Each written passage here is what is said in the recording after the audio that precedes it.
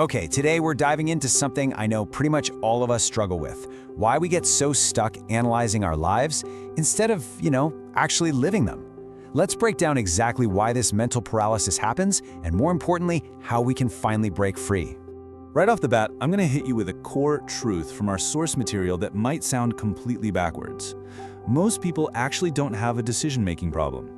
Now, I know when you're stuck, it feels exactly like you can't make a choice. But the real issue isn't our basic ability to weigh options or pick a path. No, the actual problem is a whole lot sneakier than that. We don't have a decision-making problem, we have an overthinking problem. We honestly spend so much time analyzing our lives that we totally forget to live them. And here's the trap. Overthinking creates this super convincing, yet totally dangerous illusion of progress. Because thinking feels productive, right? Our brains trick us into believing we're actively moving forward, solving the problem, when in reality, we are literally just standing absolutely still. So, what exactly is this habit? Well, overthinking is basically repeatedly analyzing a situation, decision, or problem without ever reaching a useful conclusion. Think about how it feels in the moment. It feels incredibly responsible, doesn't it? Like you're doing your due diligence, carefully preparing for every angle. But let's be real, it's actually just mental paralysis. You aren't moving forward, you're just running the exact same thoughts in endless circles. So why on earth do our brains do this to us?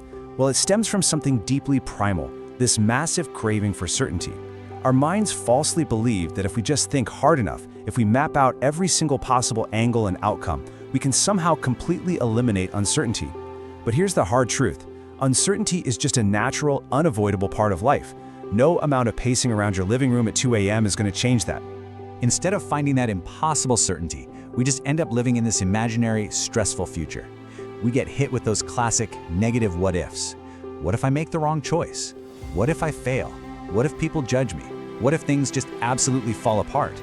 We fixate entirely on these negative possibilities, chasing this total illusion that we can somehow control every outcome.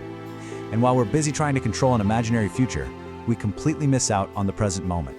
And this brings us to a huge, fundamental difference between thinking and living.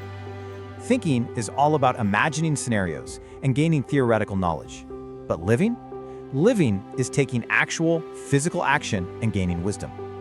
Picture someone who spends 5 whole years thinking about starting a business, running every disaster scenario in their head. Meanwhile, someone else just goes for it, makes a bunch of messy mistakes, and learns through real, hands-on experience. One person gains knowledge, sure, but the other actually gains wisdom. Now, the crucial point here is that this mental habit, it is not harmless. There is a massive hidden cost to overthinking. It doesn't just waste your time, it actively steals your experiences. While you're locked in analysis mode, opportunities just quietly disappear. Conversations you meant to have never happen. Your goals just sit there unfinished. The brutal reality is that life just keeps moving forward while the overthinker stays stuck, waiting for a certainty that is never, ever gonna arrive. So, why does our brain consistently choose the starting line over running the actual race? Well, inside your head, you're safe. The safety of thinking means nothing goes wrong. But the risk of taking action, that involves potential failure, rejection, maybe looking a little foolish. Your brain is acting almost like an overprotective parent, desperately trying to shield you from any possible discomfort. But tragically, by protecting us from discomfort, it entirely protects us from growth too. It's time we totally flip the mental script. Let's look at the positive what-ifs our minds rarely bother to ask.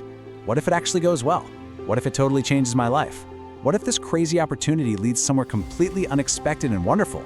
Just notice how much lighter and more expansive that feels. We give way too much airtime to the worst-case scenarios and almost none to the incredible potential of things actually working out. Let's dive into a massive misconception. This deeply ingrained idea that you absolutely must have clarity and confidence before you take action.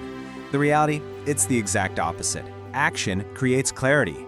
Most of us want to feel 100% confident before we try something new, but the research from our source material shows us that confidence almost always appears after the experience. You cannot think your way into confidence. You literally have to act your way into it. Think of it kind of like learning to ride a bicycle. You could read a dozen books about bikes, fall down a massive rabbit hole of YouTube cycling tutorials, and analyze the physics of balance for a solid decade. But eventually, you have to get on the bike. You won't actually know how to ride until you pedal and, yeah, probably wobble a bit. Life works exactly the same way. Some lessons can only be learned through direct, messy experience, not by overanalyzing them from a safe distance. Which brings us to a really sneaky root cause. A lot of overthinkers are actually secret perfectionists. We're constantly waiting for perfect conditions rather than accepting that perfection simply does not exist. We tell ourselves we're just waiting for the perfect decision, the perfect master plan, or the perfect timing to finally launch. But as you probably know, waiting for perfect conditions almost always means waiting forever. Here is a crucial reminder, and you might want to write this down. Most decisions are reversible. We tend to treat our choices as these permanent life or death decrees etched in stone, but there really aren't. A job can change. New skills can be learned, mistakes can be corrected and pivoted away from. New opportunities will continuously pop up. The immense fear we attach to making a decision is usually way bigger than the actual consequences of making it. So let's apply a practical mindset shift today. Instead of torturing yourself with the overwhelming question, what is the perfect choice? Try asking a momentum-building question. What is the next step?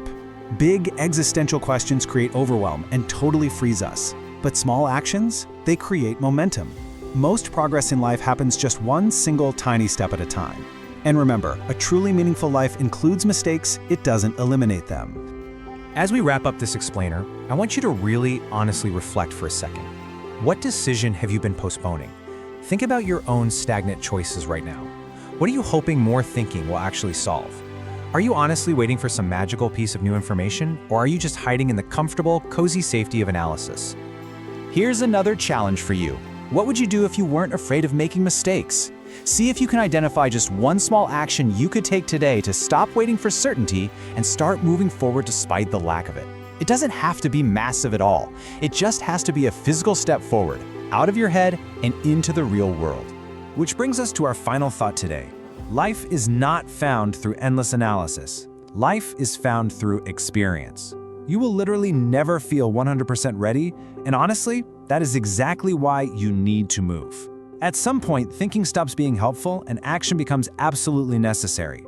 So thanks so much for joining me on The Explainer. The only thing left to ask is, what is the first messy, imperfect step you're going to take right now?